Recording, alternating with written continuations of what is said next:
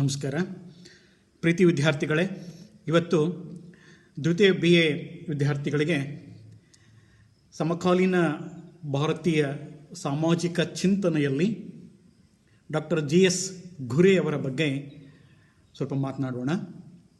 ಯಾಕಂತ ಹೇಳಿದ್ರೆ doctor GS ಘುರೆ ಅವರು ನಮ್ಮ ಭಾರತೀಯ ಸಮಾಜಶಾಸ್ತ್ರಜ್ಞರು. ಈ ಆಗಸ್ಟ್ ಕಾಮ್ಟೆ ಅವರನ್ನು ಸಮಾಜಶಾಸ್ತ್ರದ ಪಿತಾಮಹ ಅಂತ ಕರಿತೀವಿ. ಹಾಗೆಯೇ ಡಾಕ್ಟರ್ GS ಘುರೆ ಇವರನ್ನು ಭಾರತೀಯ ಸಮಾಜಶಾಸ್ತ್ರದ ಪಿತಾಮಹ ಎಂಬುದಾಗಿ ಕರಿಬಹುದಾಗಿದೆ ಸ್ನೇಹಿತರೆ. ಸೊ ಇಲ್ಲಿ ಡಾಕ್ಟರ್ GS ಘುರೆ ಅವರ ಬಗ್ಗೆ ಮಾತನಾಡೋದಕ್ಕೂ ಮೊದಲು ಮಹಾಭಾರತದ ಒಂದು ಮಾತನ್ನು ನಿಮಗೆ ನೆನಪು ಮಾಡ್ತೀನಿ. ನಾವೆಲ್ಲ ಒಂಟಿಯಾಗಿಯೇ ಹುಟ್ಟುತ್ತೇವೆ, ಒಂಟಿಯಾಗಿಯೇ ಸಾಯುತ್ತೇವೆ. ಒಬ್ಬಂಟಿಯಾಗಿ ನಾವೆಲ್ಲ ಒಬ್ಬಂಟಿಯಾಗಿಯೇ ಹುಟ್ಟುತ್ತೇವೆ, ಒಬ್ಬಂಟಿಯಾಗಿಯೇ ಸಾಯುತ್ತೇವೆ.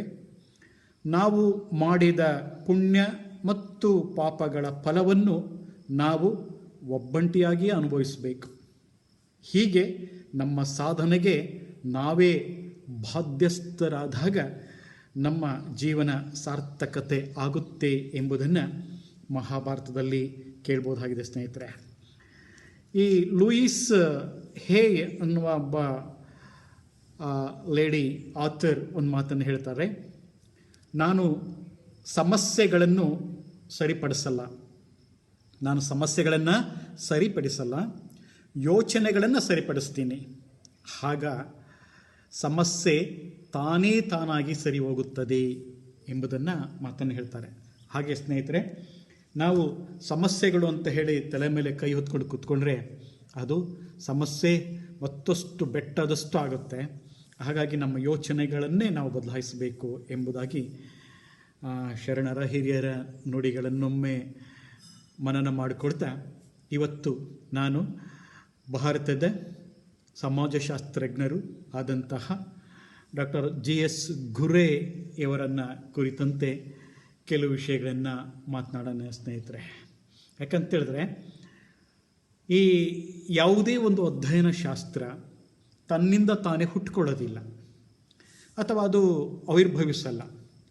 ವಿಜ್ಞಾನ ಮಾನವ ಸೃಷ್ಟಿ ನಿಜ ಒಪ್ಕೊಳ್ತೀವಿ.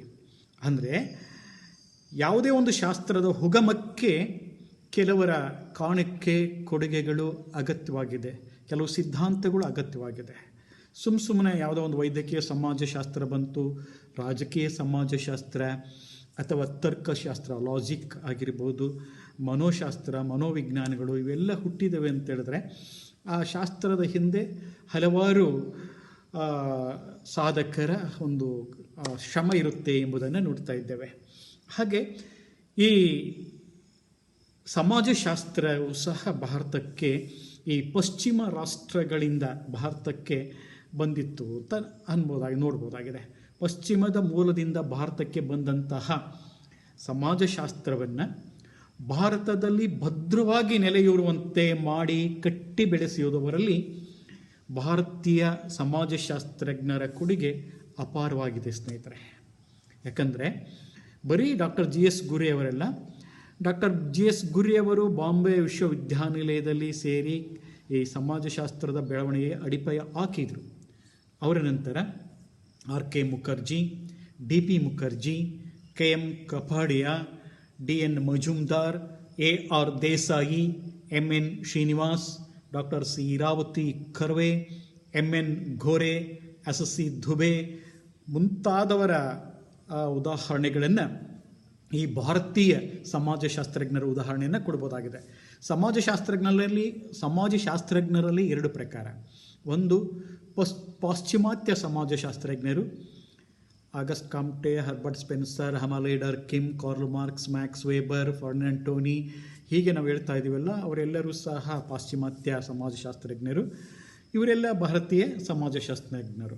ಹೌದು, ಯಾವುದೇ ಒಂದು ವಿಜ್ಞಾನ ತಾನು ಬೆಳೆದು ಬರುವ ಆರಂಭದ ಹಂತದಲ್ಲಿ ಕೆಲವು ತೊಡಕುಗಳನ್ನು, ಕೆಲವು ಸಮಸ್ಯೆ ಸವಾಲುಗಳನ್ನು ಎದುರಿಸಿರಬೇಕಾಗಿದ್ದು ಸಹಜ. ಹೌದು ತಾನೆ? ಹೌದು, ಪ್ರಾರಂಭದಲ್ಲಿ ಕಂಪ್ಯೂಟರ್ ಬಂದಾಗ ಅದನ್ನು ಎಷ್ಟೋ ಜನ ವಿರೋಧಿಸಿದರು, ಪ್ರಾರಂಭದಲ್ಲಿ JCB ಬಂದಾಗ ಅದನ್ನು ವಿರೋಧಿಸಿದರು, ಕೊನೆಗೆ ನಾವು ಅದಕ್ಕೆ ಅಡಪ್ಟ್ ಆಗಿಬಿಟ್ವಿ, ಅದಿಲ್ಲದೆ ಜೀವನ ಇಲ್ಲ ಅನ್ನಂಗೆ ಆಗಿಬಿಟ್ವಿ. ಹಾಗೆ ಯಾವುದೇ ಒಂದು ಶಾಸ್ತ್ರದ ಪ್ರಾರಂಭದಲ್ಲಿ ಕೆಲವು ಸಮಸ್ಯೆ ಇರುತ್ತೆ, ತೊಡಕಿರುತ್ತೆ, ಓಕೆ. ಹಾಗೆ ಈ ಭಾರತದಲ್ಲಿಯೂ ಸಹ ಸಮಾಜಶಾಸ್ತ್ರದ ಅಧ್ಯಯನಕ್ಕೆ ಸೂಕ್ತ ತಳಹದಿ ಬಿತ್ತು ಎಲ್ಲ ಸಮಾಜಶಾಸ್ತ್ರಜ್ಞರ ಪ್ರಯತ್ನದ ಫಲ ಅಂತ ಹೇಳ್ಬೋದಾಗಿದೆ ಸ್ನೇಹಿತರೆ. ಓಕೆ, ಈಗ ನಾನು ಡಾಕ್ಟರ್ GS ಗುರೆಯವರ ಬಗ್ಗೆ ಮಾತನಾಡಬೇಕಾಗಿದೆ. ಹಾಗಾಗಿ ಅವರನ್ನೇ ಪ್ರಧಾನ ವಿಷಯವನ್ನಾಗಿ ನಾನು ತೆಗೆದುಕೊಳ್ತಾ ಇದ್ದೇನೆ.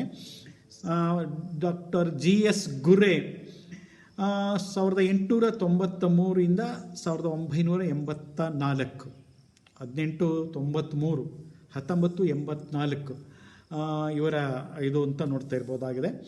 ಸೊ ಡಾಕ್ಟರ್ GS ಗುರೆಯವರು ಭಾರತೀಯ ಸಮಾಜಶಾಸ್ತ್ರದ ಪಿತಾಮಹರೆನಿಸಿಕೊಂಡಿದ್ದಾರೆ.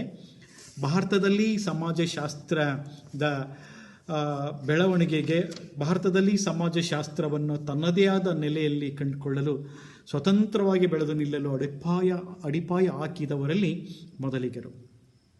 ಡಾಕ್ಟರ್ GS ಗುರೆ ಎಂದೇ ಪ್ರಸಿದ್ಧರಾಗಿರುವ ಗೋವಿಂದ ಸದಾಶಿವ ಗುರೆ ಅವರು 12/12/1893 ಮಹಾರಾಷ್ಟ್ರದ ಮಾಲ್ವಿನ್ ಎಂಬಲ್ಲಿ ಶ್ರೀಮಂತ ಬ್ರಾಹ್ಮಣ ಕುಟುಂಬದಲ್ಲಿ ಜನಿಸ್ತಾರೆ. ಶ್ರೀಮಂತ ಬ್ರಾಹ್ಮಣ ಕುಟುಂಬದಲ್ಲಿ ಕಟ್ಟುನಿಟ್ಟಿನ ಧರ್ಮಶ್ರದ್ಧೆಯುಳ್ಳವರ ಕುಟುಂಬದವರಾಗಿದ್ದರು. ಅವ್ರು ತಾನೇ ಸಂಸ್ಕೃತ, ಮರಾಠಿ, ಇಂಗ್ಲಿಷ್ ಭಾಷೆಯಲ್ಲಿ ಪ್ರೌಢಿಮೆಯನ್ನು ಹೊಂದಿದವರಾಗಿದ್ದರು. ಪದವಿ ಹಂತದಲ್ಲಿ ಬಾಂಬೆ ವಿಶ್ವವಿದ್ಯಾನಿಲಯದ ಬೌದೋಜಿ ಬಹುಮಾನವನ್ನು ಮತ್ತು ಸ್ನಾತಕೋತ್ತರ ಹಂತದಲ್ಲಿ ಅವರು ಪ್ರತಿಷ್ಠಿತ ಎನಿಸ್ತಿರ್ತಕ್ಕಂತಹ ಕುಲಪತಿಗಳ ಪದಕವನ್ನು ಪಡೀತಾರೆ. ಅಂದರೆ ಬೆಳೆಯುವ ಸಿರಿ ಮೊಳಕೆಯಲ್ಲಿ ಅಂತ ಹೇಳ್ತೀವಲ್ಲ, ಹಾಗೆ ಅವರು ಒಳ್ಳೆಯ ಪ್ರತಿಭಾನ್ವಿತ ವಿದ್ಯಾರ್ಥಿ ಆಗಿದ್ದರು ಎಂಬುದನ್ನು ನೋಡ್ತಾ ಇದ್ದೇವೆ. ಲಂಡನ್ನಿನ ಕೇಂಬ್ರಿಡ್ಜ್ ವಿವಿಯಲ್ಲಿ ಡಾಕ್ಟರ್ ರಿವರ್ಸ್ ಹಾಗೂ ಡಾಕ್ಟರ್ ಹಡ್ಸನ್ ರವರ ಮಾರ್ಗದರ್ಶನದಲ್ಲಿ PhD ಪದವಿ ಪಡೆದರು 1923. ಗುರೆಯವರು 1924 ಭಾರತಕ್ಕೆ ಮರಳಿ ಬಂದು ಬಾಂಬೆ ವಿಶ್ವವಿದ್ಯಾನಿಲಯ, ಹಿಂದೆ ಬಾಂಬಾಯ್ ಅಂತ ಕರೀತಾ ಇದ್ರು, ಈಗ ಬಾಂಬೆ ಆಗಿದೆ, ಬಾಂಬೆ ವಿಶ್ವವಿದ್ಯಾನಿಲಯದ ಸಮಾಜಶಾಸ್ತ್ರ ವಿಭಾಗದ ಮುಖ್ಯಸ್ಥರಾಗಿ ನೋಡಿ. ಮೊಟ್ಟ ಮೊದಲಿಗೆ ಸಮಾಜಶಾಸ್ತ್ರ ಎಂಬುದು ಆರಂಭವಾಗಿದ್ದು 1924 ಬಾಂಬೆ ವಿಶ್ವವಿದ್ಯಾನಿಲಯದಲ್ಲಿ. ತಮ್ಮ ನಿವೃತ್ತಿಯ ತನಕ ಅಂದರೆ 35 ವರ್ಷಗಳ ಕಾಲ ಅವರು ಸುಮಾರು ಭಾರತದ ಸಮಾಜಶಾಸ್ತ್ರವನ್ನು, ಭಾರತೀಯ ಸಮಾಜಶಾಸ್ತ್ರವನ್ನು ಬಾಂಬೆ ವಿಶ್ವವಿದ್ಯಾನಿಲಯದಲ್ಲೇ ಅಧ್ಯಾಪಕರಾಗಿ ಸೇವೆಯನ್ನು ಸಲ್ಲಿಸಿದರು ಎಂಬುದನ್ನು ನೋಡ್ತಾ ಇರ್ಬೋದಾಗಿದೆ. ಸುಮಾರು 15 ವರ್ಷಗಳ ಕಾಲ ಸಮಾಜಶಾಸ್ತ್ರ ಬೋಧನೆ ಮಾಡಿ 31ಕ್ಕೂ ಹೆಚ್ಚು ಪುಸ್ತಕಗಳನ್ನು ರಚನೆ ಮಾಡಿದ್ದಾರೆ. ಇದಲ್ಲದೆ 30ಕ್ಕೂ ಹೆಚ್ಚಿನ ಸಂಶೋಧನಾ ಲೇಖನಗಳನ್ನು ಬರೆದಿದ್ದಾರೆ. 80 ಡಾಕ್ಟರೇಟ್ ಪ್ರಬಂಧಗಳಿಗೆ ಮಾರ್ಗದರ್ಶನ ಮಾಡಿದ್ದಾರೆ ವಿದ್ಯಾರ್ಥಿಗಳಿಗೆ. ಡಾಕ್ಟರ್ GS ಅವರ ಶಿಷ್ಯ ಪರಂಪರೆ ಬಹುದೊಡ್ಡದು. ಒಂದು ಕಾಲಕ್ಕೆ ಇಡೀ ದೇಶಾದ್ಯಂತ ಎಲ್ಲ ವಿಶ್ವವಿದ್ಯಾನಿಲಯಗಳಲ್ಲಿಯೂ ಅವರು ತಮ್ಮದೇ ಆದ ಶಿಷ್ಯರನ್ನು, ಅಂದರೆ ಸಮಾಜಶಾಸ್ತ್ರವನ್ನು ಬೋಧಿಸುತ್ತಿದ್ದ ಆ ಸಂದರ್ಭದ ಶಿಷ್ಯರನ್ನು ಒಳಗೊಂಡಿದ್ದರು ಎಂಬುದನ್ನು ನೋಡ್ತಾ ಇದ್ದೇವೆ. ಉದಾಹರಣೆ MN ಶ್ರೀನಿವಾಸ್ ಮೈಸೂರಿನಲ್ಲಿ, AR Desai, IP Desai, KM Kapadia, Iravati Karve, MSA Rao, C Rajagopalan, KN Venkataramappa, ಹೀಗೆ ಪ್ರತಿಷ್ಠಿತ ಚಿಂತಕರನ್ನು ನೋಡ್ತಾ ಇದ್ದೇವೆ.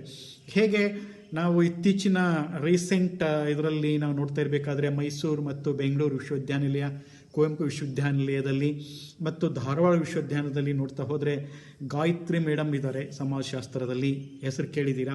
ಇಂದಿರಾ ಮೇಡಮ್ ಅವರು ಇದ್ದಾರೆ, ಅವರು ಸಹ ಸಮಾಜಶಾಸ್ತ್ರದ ಬಗ್ಗೆ ಸಾಕಷ್ಟು ಅಧ್ಯಯನಗಳನ್ನು ಮಾಡಿದಂಥವರು.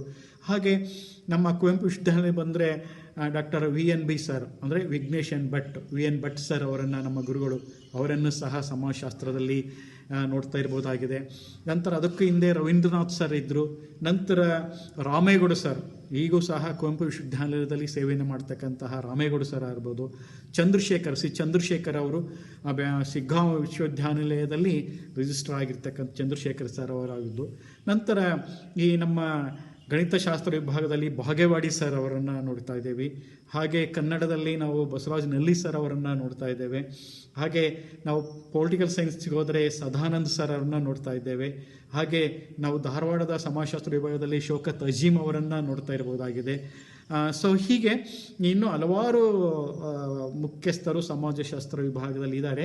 ಅಂದರೆ ಇವ್ರನ್ನ ಯಾಕೆ ಹೇಳಿದೆ ಅಂದರೆ ಇವರ ಶಿಷ್ಯ ಪರಂಪರೆ ಎನ್ನುವುದು ಈ ಕರ್ನಾಟಕದಾದ್ಯಂತ ಸಹ ಹರಡಿಕೊಂಡಿದೆ ಎಂಬ ಕಾರಣಕ್ಕಾಗಿ ಇವರೆಲ್ಲ ಮಹಾನುಭಾವರ ಹೆಸರುಗಳನ್ನು ನಾನು ಹೇಳ್ತಾ ಬಂದೆ ಎಂಬುದಾಗಿ ನೋಡ್ತಾ ಇದ್ದೆ. ಜೋಗನ್ ಶಂಕರ್ ಸರ್, ಇಸಿ ಆಗಿದ್ದಂಥ ಜೋಗನ್ ಶಂಕರ್ ಸರ್ ಆಗಿರ್ಬೋದು. ಸೊ ಹೀಗೆ ಗುಲ್ಬರ್ಗ ವಿಶ್ವವಿದ್ಯಾನಿಲಯದಲ್ಲಿ ಇರ್ತಕ್ಕಂತಹ ಅನೇಕ ಗುಲ್ಬರ್ಗ ವಿಶ್ವವಿದ್ಯಾನಿಲಯ, ಧಾರವಾಡ ವಿಶ್ವವಿದ್ಯಾನಿಲಯ, ಇನ್ನೂ ಅನೇಕ ಜನ ಸಮಾಜಶಾಸ್ತ್ರಜ್ಞರು ಇದ್ದಾರೆ. ಸೊ ಇವರೆಲ್ಲರ ಫಲವಾಗಿ ಸಮಾಜಶಾಸ್ತ್ರ ಈಗೆಲ್ಲ ವಿಶ್ವವಿದ್ಯಾನಿಲಯ, ಶಾಲಾ ಕಾಲೇಜುಗಳಲ್ಲಿ ಒಂದು ಅಧ್ಯಯನ ಶಾಸ್ತ್ರವಾಗಿ ಬೆಳೀತಾ ಇದೆ ಎಂಬುದನ್ನು ನಾವು ನೋಡ್ತಾ ಇರ್ಬೋದಾಗಿದೆ ಸ್ನೇಹಿತರೆ. ಹಾಗಾದರೆ ನಾನು ಈಗ ಡಾಕ್ಟರ್ JS ಗುರೇಯವರು ರಚಿಸಿದಂತಹ ಅನ್ನೋದಕ್ಕಿಂತ ತಾವು ಸ್ವತಃ ಬರೆದಂತಹ ಅಧ್ಯಯನ ಕ್ಷೇತ್ರವನ್ನು ಕೈಗೊಂಡು ರಚಿಸಿದಂತಹ ಕೆಲವು ಕೃತಿಗಳನ್ನು ನೋಡ್ತಾ ಬೇಕಂದರೆ ಹಲವು ವಿಷಯಗಳ ಮೇಲೆ ಪಾಂಡಿತ್ಯಪೂರ್ಣವಾಗಿರ್ತಕ್ಕಂತಹ ಬರೆಗಳನ್ನು ನೋಡ್ತಾ ಇದ್ದೇವೆ. ಅದರಲ್ಲಿ ಮುಖ್ಯವಾಗಿ ಅಂತ ಹೇಳಿದ್ರೆ 1932 ಬರೆದಂತಹ caste and race in India, ಜಾತಿ ಮತ್ತು ಜನಾಂಗ ಭಾರತದಲ್ಲಿ, caste and race in India.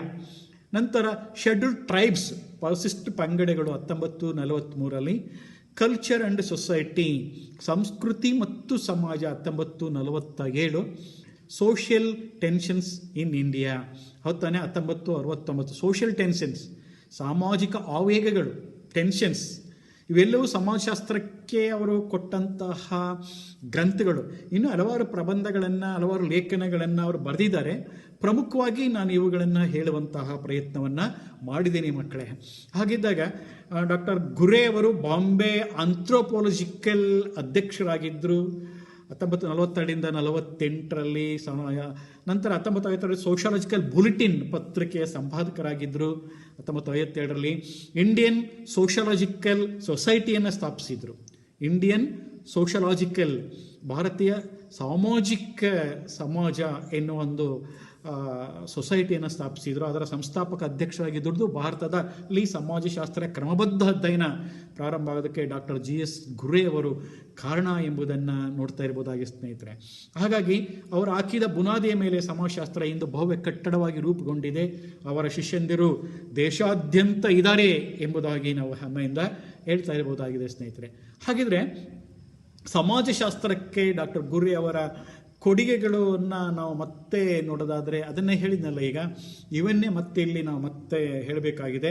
ಅವರ ವ್ಯಾಪ್ತಿ ವಿಶಿಷ್ಟ ಅಧ್ಯಯನದ ಬಗ್ಗೆ ಹೆಚ್ಚು ಆಸಕ್ತಿ ಹೊಂದಿದ್ದು ಡಾಕ್ಟರ್ ಗುರೇ ಅವರು ಜಾತಿ, ಬುಡಕಟ್ಟುಗಳು ಮತ್ತು ಕುಲ ಸಂಬಂಧಿ ವಿಶ್ಲೇಷಣೆ, ಗ್ರಾಮೀಣ ನಗರೀಕರಣ, ಧಾರ್ಮಿಕ ವಿದ್ಯಮಾನಗಳು, ಸಾಮಾಜಿಕ ಬಿಗುವು, ಭಾರತೀಯ ಕಲೆ, ಹೀಗೆ ಹಲವಾರು ವಿಷಯಗಳ ಕುರಿತಾಗಿ ಅಧ್ಯಯನಗಳನ್ನು ಮಾಡಿದ್ದಾರೆ. ಅವುಗಳಲ್ಲಿ ಕೆಲವೊಂದನ್ನು ಪ್ರಮುಖ ಸಾಮಾಜಿಕ ಚಿಂತನೆಗಳನ್ನು ನಾನು ಹೇಳ್ತೇನೆ ಸ್ನೇಹಿತರೆ. ಒಂದನೇದು ಭಾರತದಲ್ಲಿ ಜಾತಿ ಮತ್ತು ಜನಾಂಗ ಅಂತ ಹೇಳಿದೆ ನಾನು. 2 ಭಾರತದಲ್ಲಿ ಆದಿವಾಸಿಗಳ ಅಧ್ಯಯನ, ಟ್ರೈಬಲ್ಸ್, ಪರಿಶಿಷ್ಟ ಪಂಗಡ, ಟ್ರೈಬಲ್ಸ್. ಆದಿವಾಸಿಗಳೆಂದ್ರೆ ಗೊತ್ತು ತಾನೆ, ಈ ನಾಡಿನಲ್ಲಿರ್ತಕ್ಕಂಥವ್ರು ಸಾಮಾನ್ಯ ಜನರು, ಕಾಡಿನಲ್ಲಿರ್ತಕ್ಕಂಥವ್ರು ಆದಿವಾಸಿಗಳು ತಾನೆ. ಈಗ ನಾಡನ್ನು ಬಿಟ್ಟು ಕಾಡಿನಲ್ಲಿರ್ತಕ್ಕಂಥವ್ರು ಆದಿವಾಸಿಗಳು. ನಾಗರಿಕ ಜಗತ್ತಿನಿಂದ ಬಹುದೂರ ಇರತಕ್ಕಂಥವರನ್ನು ಆದಿವಾಸಿಗಳು ಎಂಬುದನ್ನು ಕರಿತೀವಿ. ಬಟ್ ಅವರ ಸಂಸ್ಕೃತಿಗೂ ನಮ್ಮ ಸಂಸ್ಕೃತಿಗೂ, ಅಂದರೆ ಈ ಸಪೋಸ್ ಈ ನಮ್ಮ ನಾಗರಿಕ ಸಂಸ್ಕೃತಿಗೂ ಭಾಳ ಅಜಗಜಾಂತರ ವ್ಯತ್ಯಾಸ ಇದೆ ಎಂಬುದನ್ನು ಸ್ನೇಹಿತರೆ ನೋಡ್ತಾ ಇರ್ಬೋದಾಗಿದೆ. ನಂತರ ಹಿಂದೂ ಮತ್ತು ಮುಸ್ಲಿಂ ಸಂಬಂಧಗಳು ಎಂಬುದನ್ನು ಸಹ ರಚನೆಯನ್ನು ಮಾಡ್ತಾರೆ. ನಂತರ ಭಾರತದಲ್ಲಿ ಧಾರ್ಮಿಕ ನಂಬಿಕೆಗಳು ಮತ್ತು ಆಚರಣೆಗಳು, ಬಹಳ ಕ್ಲಿಷ್ಟವಾದ ಸಂಕೀರ್ಣ ವಿಚಾರಗಳು ಇವೆಲ್ಲ. ಹಿಂದೂ ಮತ್ತು ಮುಸ್ಲಿಂ ಸಂಬಂಧ ಅನ್ನೋದಾಗಲಿ, ಭಾರತದಲ್ಲಿ ಧಾರ್ಮಿಕ ನಂಬಿಕೆಗಳು, ಆಚರಣೆಗಳು ಎನ್ನುವುದಾಗಲಿ ತಾನೆ. ಭಾರತದಲ್ಲಿನ ಟ್ರೆಡಿಷನಲ್ಸ್, ಭಾರತದಲ್ಲಿ ಸಂಪ್ರದಾಯದಲ್ಲಿ ಸಾಧುಗಳ ಪಾತ್ರ. ಸಾಧುಗಳು ಅಂತ ಹೇಳಿದ್ರೆ ನಾವು ಈ ನಾಗಾ ಸನ್ಯಾಸಿಗಳು ಎಂಬುದನ್ನು ನಾವು ನೋಡಿದಾಗ, ನೀವು ಸಪೋಸ್ ಈ ನಾಗಾ ಸನ್ಯಾಸಿಗಳ ಬಗ್ಗೆ ಏನಾದರೂ ಒಂದು ಪುಸ್ತಕ ಸಿಕ್ಕರೆ, ರವಿ ಬೆಳಗೆರೆ ಅವರು ಬರೆದಿದ್ದಾರೆ ನಾಗಾ ಸನ್ಯಾಸಿಗಳನ್ನು ಕುರಿತಂತೆ. ಅವರನ್ನು ಕಠೋರ ಸನ್ಯಾಸಿಗಳು, ಅಘೋರಿಗಳು ಅಂತಲೂ ಕರೀತಾರೆ. ಅಘೋರಿಗಳು ಯಾಕಂತೇಳಿದ್ರೆ ಅವ್ರ ಹಠ ಹೇಗಿರುತ್ತೆ ಅಂತೇಳಿದ್ರೆ, ಧರ್ಮಕ್ಕೋಸ್ಕರ ನಾನು ಯಾವಾಗಲೂ ಒಂದು ಕೈಯನ್ನು ಎತ್ತಿರ್ತೀನಿ ಅಂತೇಳಿ ಈ ಕೈಯನ್ನು ಮುರಿಸ್ಕೊಂಡು ಕೈಯನ್ನು ದಬ್ಬೆ ಕಟ್ಟಿಕೊಂಡು ಆ ಕೈ ಎತ್ತಿಗೆ ಇರಬೇಕು, ಅದು ಹಾಗೆ ಇರಬೇಕು, ಅದನ್ನು ಇಳಿಸಬಾರ್ದು. ಅಕಸ್ಮಾತ್ ಆ ದಬ್ಬೆ ಕಟ್ಟಿ ದಬ್ಬೆಯನ್ನು ತೆಗೆದ್ರೂ ಸಹ ಆ ಕೈ ಹಾಗೆ ಇರುತ್ತೆ. ಆ ಥರದ ಹಠವಾದಿಗಳು ಒಂಟಿ ಕಾಲಲ್ಲಿ ನದಿಯಲ್ಲಿ ಸಮುದ್ರದ ನೀರಿನಲ್ಲಿ ನಿಂತ್ಕೊಂಡು ಒಂಟಿ ಕಾಲಲ್ಲಿ ಈ ಧರ್ಮಕ್ಕೋಸ್ಕರ ಅವರು ನಮಸ್ಕಾರವನ್ನು ಮಾಡ್ತಾ ಇರ್ತಾರೆ, ಧ್ಯಾನವನ್ನು ಮಾಡ್ತಾ ಇರ್ತಾರೆ, ಯೋಗವನ್ನು ಮಾಡ್ತಾ ಇರ್ತಾರೆ, ಅವರು ಬೂದಿಯನ್ನು ಹಂಚ್ಕೊಂಡಿರ್ತಾರೆ. ಈ ಮಾನವ ದೇಹವನ್ನು ಮಾನವರನ್ನೇ ತಿನ್ನುವಂತಹ ಹಠವಾದಿಗಳು ಅವರು.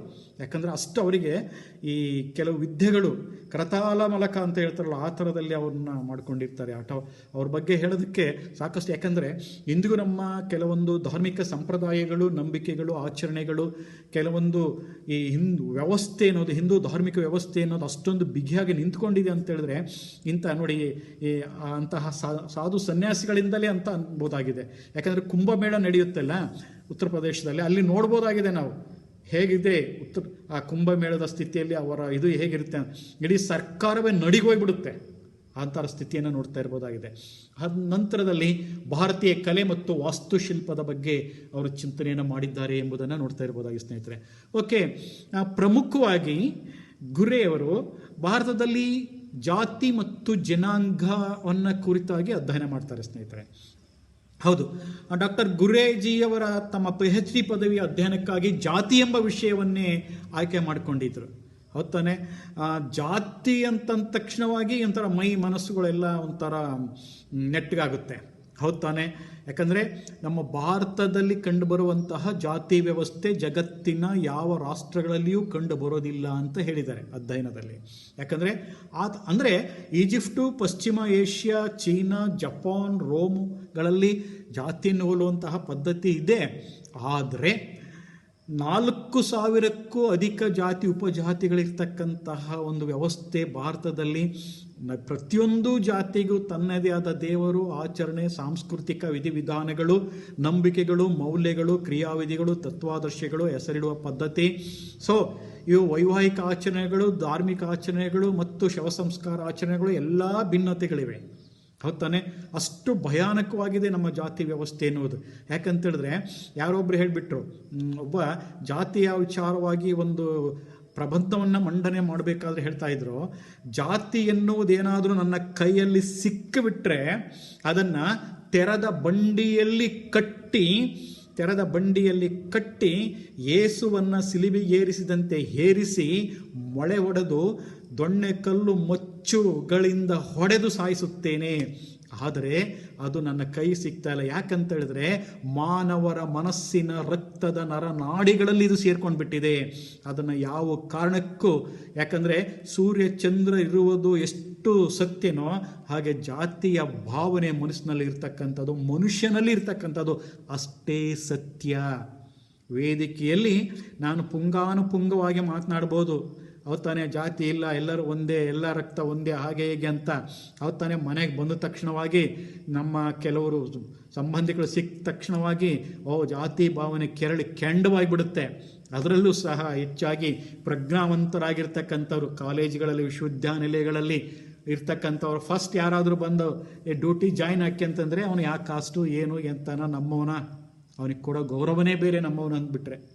ಅದರ ಬಗ್ಗೆ ಮಾತನಾಡ್ತಾ ಹೋದರೆ ಈ ವಿಡಿಯೋಗಳು ಸಾಕಾಗಲ್ಲ ಸ್ನೇಹಿತರೆ. ಯಾಕಂತೇಳಿದ್ರೆ ಅದು ಯೂನಿವರ್ಸಲ್ ಟ್ರೂತ್, ಸಾರ್ವತ್ರಿಕ ಸತ್ಯ ಆ ಥರದಲ್ಲಿದೆ ನೋಡಿ. ಜಾತಿ ಅಂದ ತಕ್ಷಣವಾಗಿ ನಾವೆಲ್ಲ ಗುಲ್ಬರ್ಗ ಇರಲಿ, ದೆಹಲಿ ಇರಲಿ, ಅಥವಾ ಈ ಬೆಂಗಳೂರು ಆಚೆ ಇರಲಿ, ನಮ್ಮ ಜಾತಿ ಅನ್ನೋ ತಕ್ಷಣ ಹೆಣ್ಣು ಗಂಡು ಹುಡುಕಕ್ಕೆ ಸ್ಟಾರ್ಟ್ ಮಾಡ್ತೀವಿ. ಇಲ್ಲಿ ಎಲ್ಲ ಬೇರೆ ಬೇರೆ ಇದ್ದವ್ರಿಗೆ ಕೊಡಲ್ಲ, ಯಾಕಂದ್ರೆ ಜಾತಿ ನಮ್ಮವನಲ್ಲ. ಇಂಟರ್ ಕ್ಯಾಸ್ಟ್ ನಿಷೇಧ. ಸೊ ಹೀಗೆ ಅದಿರಲಿ ಬಿಡಿ, ಅದು ಎಲ್ಲ ಸತ್ಯ. ಅದನ್ನು ನಾನು ಮತ್ತೆ ಸಪ್ರೇಟಾಗಿ ಮತ್ತೆ ಅದನ್ನು ಕ್ರಿಟಿಸಿಸಮ್ ಆಗಿ ಮಾತಾಡುವಂಥ ಅಗತ್ಯತೆ ಇಲ್ಲ. ಆದರೆ ಈ ಜಾತಿ ವ್ಯವಸ್ಥೆ ಒಂದು ವಿಷಯವನ್ನಾಗಿ ಆಯ್ಕೆ ಮಾಡಿಕೊಂಡಿದ್ದು ಡಾಕ್ಟರ್ JS ಗುರೆ ಅವರು. ಭಾರತಕ್ಕೆ ಅವರು ಹಿಂದಿರುಗಿದ ಮೇಲೆ 1932ರಲ್ಲಿ caste and race in India ಹೊತ್ತಾನೆ ಆ ಒಂದು ಭಾರತದಲ್ಲಿ ಜಾತಿ ಮತ್ತು ಜನಾಂಗ ಪುಸ್ತಕವನ್ನು ಪ್ರಕಟಿಸಿದರು. ಇಂದಿಗೂ ಅದು ಅಮೋಘ ಕೊಡುಗೆಯಾಗಿದೆ. ಹೊತ್ತಾನೆ ಈ ಐತಿಹಾಸಿಕ, ತುಲನಾತ್ಮಕ ಹಾಗೂ ಸಮಗ್ರತಾ ದೃಷ್ಟಿಯಿಂದ ಅಧ್ಯಯನ ಮಾಡಿದ್ದಲ್ಲದೆ ಪ್ರಸ್ತುತ ವ್ಯವಸ್ಥೆಗೆ ಸಂಬಂಧಿಸಿದಂತೆ ಜಾತಿಯ ಜಟಿಲತೆಯನ್ನು ಅವರಲ್ಲಿ ಹೇಳಿದ್ದಾರೆ. ಜಾತಿ ಮತ್ತು ಬಂಧುತ್ವ ವ್ಯವಸ್ಥೆಗಳಿಗೆ ಸಂಬಂಧಿಸಿದಂತೆ ಅವರ ಅಧ್ಯಯನಗಳನ್ನ ಇಲ್ಲಿ ಹೊತ್ತಿ ಹೇಳಿದ್ದಾರೆ. ಯಾಕಂದರೆ ಈ ಜಾತಿ ಎನ್ನುವುದು ಇದು ಹೇಗೆ ಹುಟ್ಟಿತು, ಇದರ ಆಳ, ಇದರ ಎತ್ತರ, ಇದರ ಪರಿಣಾಮ, ಸೊ ಇವೆಲ್ಲವೂ ಸಹ ಮುಖ್ಯವಾಗಿ ಗುರೇಜಿ ಅವರ ಆ ಸಂದರ್ಭದಲ್ಲಿ ಆರಂಭದಲ್ಲಿ ಹೇಳಿದರು. ಅವರ ನಂತರ ಸಾಕಷ್ಟು ಅಧ್ಯಯನಗಳಾಗಿದೆ ಜಾತಿಯ ಬಗ್ಗೆ. ಇಲ್ಲಿಯವರು ಮೊಟ್ಟ ಮೊದಲು ಸಮಾಜಶಾಸ್ತ್ರಜ್ಞರು ಅನ್ನುವ ಕಾರಣಕ್ಕೆ ಅವರು ಅಧ್ಯಯನ ಮಾಡಿದ್ದು ಆ ಜಾತಿ ವ್ಯವಸ್ಥೆಯಲ್ಲಿ. ಆ ನಂತರದಲ್ಲಿ ಅಧ್ಯಯನ ಆಗಿದೆ, ಅದು ಬೇಡ. ಪ್ರಾರಂಭದಲ್ಲಿ ಅಧ್ಯಯನ ಮಾಡಿದ್ರಲ್ಲ, ದಟ್ ಇಸ್ ಗ್ರೇಟ್ ಎಂಬುದನ್ನು ನಾವು ನೋಡ್ತಾ ಇದ್ದೇವೆ. ಭಾರತದಲ್ಲಿ ಜಾತಿ ಜನಾಂಗದ 1969 ಆವೃತ್ತಿಯಲ್ಲಿ ಗುರಿಯವರು ಉಪಜಾತಿಗಳ ವಿಕಾಸ, ಉಪಜಾತಿ ಮತ್ತು ಬಂಧುತ್ವ, ಜಾತಿ ಮತ್ತು ರಾಜಕಾರಣ, ಪರಿಶಿಷ್ಟ ಜಾತಿಗಳ ಇಂದಿನ ಸ್ಥಿತಿಗತಿಗಳು ಮುಂತಾದ ವಿಷಯಗಳನ್ನು ಅವರು ಹೇಳಿದ್ದಾರೆ. ತಾನೇ ಭಾರತೀಯ ಸಮಾಜ ಏಕತ್ವದಿಂದ ಅನೇಕತ್ವದ ಸಮಾಜದೆಡೆಗೆ ಸರಿಯುತ್ತಿದೆಯೇ ಎಂಬ ಗಂಭೀರ ಆತಂಕವನ್ನು ವ್ಯಕ್ತಪಡಿಸಿದ್ದಾರೆ ಸ್ನೇಹಿತರೆ. ಡಾಕ್ಟರ್ ಗುರೆ ಅವರು ಜಾತಿ ಬಗೆಗೆ ನೀಡಿದಂತಹ ಕೊಡುಗೆಗಳೆಲ್ಲ ಅಪಾರವಾದದ್ದು. ಯಾಕಂದರೆ ಭಾರತೀಯ ಸಮಾಜಶಾಸ್ತ್ರದ ಭೀಷ್ಮ ಎಂದರೆ ಗುರೆಯವರನ ಅತಿಶಯೋಕ್ತಿಯಾಗಲಾರದು. ಅವರ ಕೃತಿಯಾದ caste and class in India ಮತ್ತು ಸೋಷಿಯಲ್ ಟೆನ್ಷನ್ ಇನ್ ಇಂಡಿಯಾದಲ್ಲಿ ಭಾರತದ ಜಾತಿ ವ್ಯವಸ್ಥೆಯ ಸಮಗ್ರ ಚಿತ್ರಣವನ್ನು ನೀಡಿದ್ದಾರೆ. ಅದರ ಕೆಲವು ಲಕ್ಷಣಗಳನ್ನು ಹೇಳಿದ್ದಾರೆ ಅವರು. ನೋಡೋಣ. ಏನಂದರೆ, ಈ ಭಾರತದಲ್ಲಿ ಜಾತಿ ವ್ಯವಸ್ಥೆ ಎನ್ನುವುದು ಹೇಗಿತ್ತು ಅನ್ನುವುದಕ್ಕೆ ಅವರು ನೀಡಿದಂತಹ ಕೆಲವು ಉದಾಹರಣೆಗಳ ಚಿತ್ರಣ. ಒಂದನೇದು, ಗ್ರಾಮೀಣ ಸಮುದಾಯದಲ್ಲಿ ಜಾತಿ ಐಕ್ಯತೆ ತುಂಬ ಆಳವಾಗಿ ಬೇರೂರಿದೆ, ಅವರ ಕೃತಿಯಲ್ಲಿ ಹೇಳಿದ್ದು, ಗುರಿಯವರ ಕೃತಿಯಲ್ಲಿ. ಎರಡನೇದು, ಸಾಮಾಜಿಕ ಮತ್ತು ಧಾರ್ಮಿಕ ಸವಲತ್ತುಗಳು ಕಾನೂನುಬದ್ಧವಲ್ಲದಿದ್ದರೂ ಸಂಪ್ರದಾಯಬದ್ಧವಾಗಿವೆ. ನೋಡಿ ಹೇಗಿದೆ, ಸಾಮಾಜಿಕ ಮತ್ತು ಧಾರ್ಮಿಕ ಸವಲತ್ತುಗಳು ಕಾನೂನುಬದ್ಧ ಆಗಿಲ್ಲ, ಆದರೆ ಸಂಪ್ರದಾಯಬದ್ಧವಾಗಿವೆ. ಅವರ ಕೃತಿಯಲ್ಲಿ ಹೇಳಿರೋದು ಗುರೆಯವರು. ಜಾತಿಯ ಕಸಬಿನ ಮೇಲೆ ನಿರ್ಬಂಧದಲ್ಲಿ ಸಡಿಲಿಕೆ ಉಂಟಾಗಿದೆ. ವಿವಾಹ ಮೇಲಿನ ನಿರ್ಬಂಧ ಇಂದಿಗೂ ದೃಢವಾಗಿಯೇ ಇದೆ. ಹೌದಲ್ಲ? ಜೀವನದ ಸಂಕಷ್ಟ ಪರಿಸ್ಥಿತಿಯಲ್ಲಿ ಜಾತಿ ಸದಸ್ಯರು ಜಾತಿ ಮೊರೆ ಹೋಗುತ್ತಲೇ ಇದ್ದಾರೆ. ಜಾತಿಗೂ ಇರುವ ಅಂತರ ಮತ್ತು ಅಪನಂಬಿಕೆಗಳು ಮುಂದುವರಿಯುತ್ತಿವೆ. ಹೌದು ತಾನೆ? ಜಾತಿ ಸಂಘಗಳು ಬೆಳೆಯುತ್ತಿವೆ. ಹೌದು, ಇತ್ತೀಚೆಗೆ ಜಾತಿ ಸಂಘಟನೆಗಳ ಹೆಸರಿನಲ್ಲಿ ದೊಡ್ಡ ದೊಡ್ಡ ಬ್ಯಾನರ್ಗಳನ್ನ ನೋಡ್ತೇವೆ. ಅಖಿಲ ಭಾರತ ವೀರಶೈವ ಮಹಾಸಂಘ, ಅಖಿಲ ಭಾರತ ಕೊರಚಕೊರ್ಮ ಮಾದಿಗರ ಸಂಘ. ಹೌದು ತಾನೆ? ಸಂಘಟನೆಗಳು ಹೆಚ್ಚು ಜಾತಿ ಸಂಘಟನೆ ಮಾಡಿಕೊಂಡು ನಮ್ಮ ಜಾತಿಯ ಸಂಘಟನೆ, ನಮ್ಮ ಜಾತಿ ಜನ ಇಷ್ಟು ಲಕ್ಷ ಇದ್ದೇವೆ, ನಮಗೆ ಈ ಥರದ ಸಂವಿಧಾನಾತ್ಮಕವಾಗಿರ್ತಕ್ಕಂತಹ ಕಾನೂನಾತ್ಮಕ ಮೀಸಲಾತಿ ಬೇಕು, ನಮಗೆ ಅವಕಾಶಗಳು ಬೇಕು, ಮಂತ್ರಿಗಿರಿ ಬೇಕು, ಈ ಥರ ಎಲ್ಲ ಕೇಳುವಂತಹ ವ್ಯವಸ್ಥೆಯನ್ನು ನೋಡ್ತಾ ಇದ್ದೇವೆ. ಜಾತಿಗಳ ನಡುವಿನ ಐಕ್ಯತೆಗಿಂತ ಜಾತಿಗಳ ಐಕ್ಯತೆ ಇದೆ, ಜೊತೆ ಕಿತ್ತಾಟನೂ ಇದೆ, ಅದು ಬೇರೆ ವಿಚಾರ. ಅವರು ಹೇಳಿದ್ದು ಜಾತಿ ಮಮತೆಯು ವಿದ್ಯಾವಂತರಲ್ಲಿ ಬಲವಾಗಿದೆ.